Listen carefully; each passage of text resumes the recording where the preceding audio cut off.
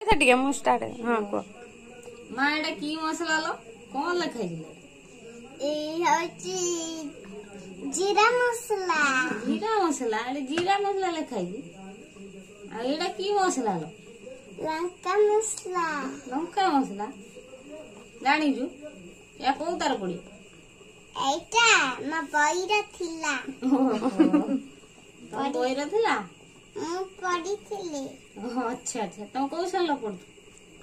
ମୁଁ ତ ଖାଲି ଆମ ଘରେ ପଢି ତମ ସ୍କୁଲ ଯାଇନ ଆଉ ଜାଣିଲ କିନ୍ତୁ ତମ ବହିରେ ଲେଖା ହେଇଛି ଏଟା ମୋର ଆଡମିସନ ହେଇନି।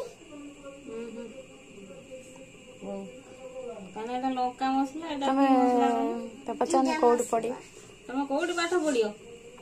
ମୋର ଶିଶୁ ମନ୍ଦିର ଶିଶୁ ମନ୍ଦିର ଏଇଟା ତା ବହିରେ ତ ସବୁ ଲେଖି ସାରିଲଣି ଆଉ ତାହେଲେ ଏଟା ଲଙ୍କା ମସଲା ଏଟା କି ମସଲା କହିଲ ଭୁଲିଗଲି।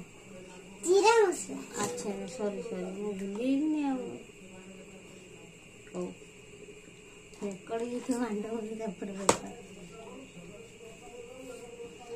लाइक को सब्सक्राइब करिबे चैनल को लाइक सब्सक्राइब करिबे।